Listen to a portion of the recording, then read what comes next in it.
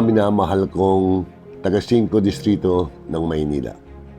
Paalala lamang, sa Lunes, Mayo 12 ay eleksyon na. Tayo ay maghahalal ng bagong leader para sa ating bansa. Ano ba ang dahilan?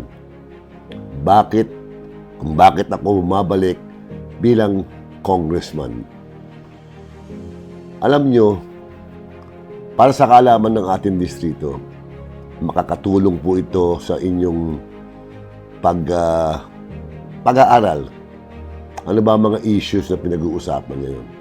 Yung kwento ng puno ng kabaka, yan po ay naitanim nung unang takbo ko 38 years ago. Nung sinabi ko po diyan sa Pandampako na iboto nyo kung kinatawan ninyo. At pinapangako ko sa inyo, darating ang oras na taas ang noo ng bawat nakatira sa 5 distrito.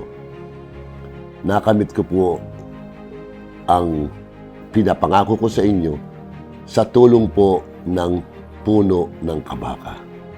Yang puno ng kabaka, tapos kong manalo, ay sa tulong ng maraming mga taga-5 distrito na naniwala sa akin, na itanim yung puno na yan, yung binhi na yan, yung binhi ng puno ng kabaka, at sila rin na mga kasabay ko ng mga panahon na yon. Hindi pa kami senior noon.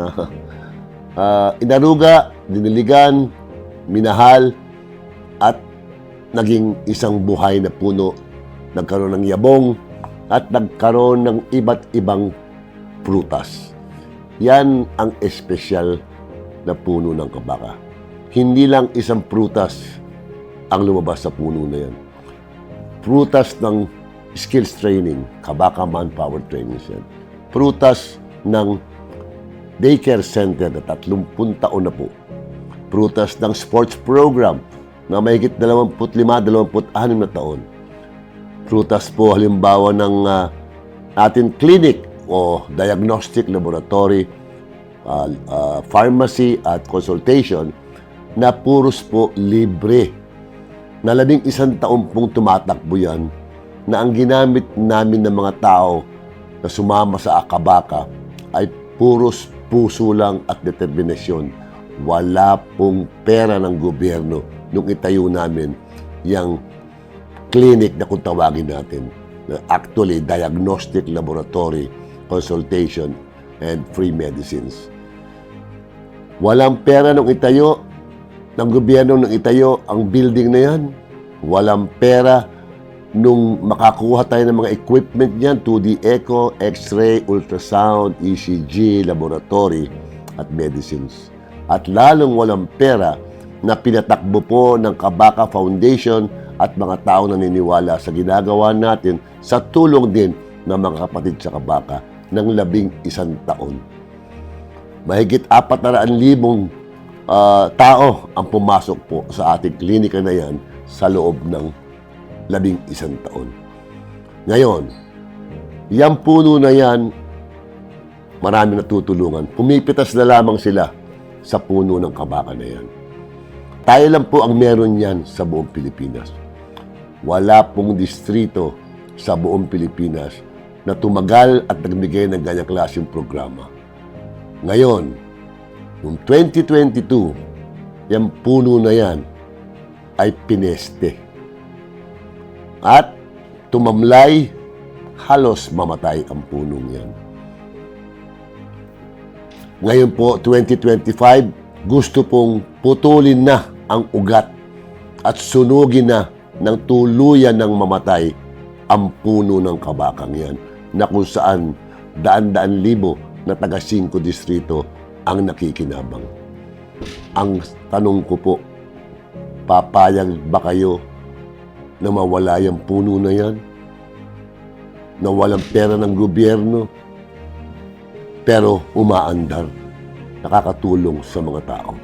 Kaya po, ganyan po kahalaga ngayon itong eleksyon na darating sa 5 distrito ng Maynila. Mananatili ba ang punong yan para tulungan ng mahihirap iangat ang atas ng buhay nila? O susubok kayo sa hindi pa nagpapakita na anuman sa loob ng 3 taon. Nasa inyong mga kamay po ang pag-asa at buhay ng puno ng Kabaka. Nais ko pong magpasalamat sa lahat sa inyong mga kapatid sa Kabaka na sumama sa akin, pati ang mga senior citizens, pati mga kabataan, halos lahat ng sektor ng ating distrito, nagbigay sa akin ng inspirasyon sa kabila ng init, ulan, gutom, hindi nyo ako linubayan. Talagang pinaramdam nyo at nakikita ko sa inyong mga mata, fire in your eyes, determination na nagsilbing inspirasyon sa akin. Kaya maraming salamat sa inyong lahat. Pati nga LGBT, sumama din sa atin. Isama niyo po sa dasal na tayo ay magwagi sa Mayo 12, 2025. So mga mahal kong mga kapatid, lalo na sa Kabaka, this will be our final push. Hinihingi ko po sa inyo na go the extra mile. Get out of your comfort area, kausapin po niyo mga kaibigan niyo, text, tawag, bisitahin, mga kamag-anak niyo, at pati yung mga medyo alanganin pa kung sino iboboto. Kumbinsin niyo sila, paliliwanagan niyo sila. Yan po ang aking pakiusap sa inyong lahat.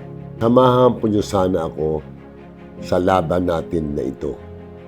Together, let's make our district proud again.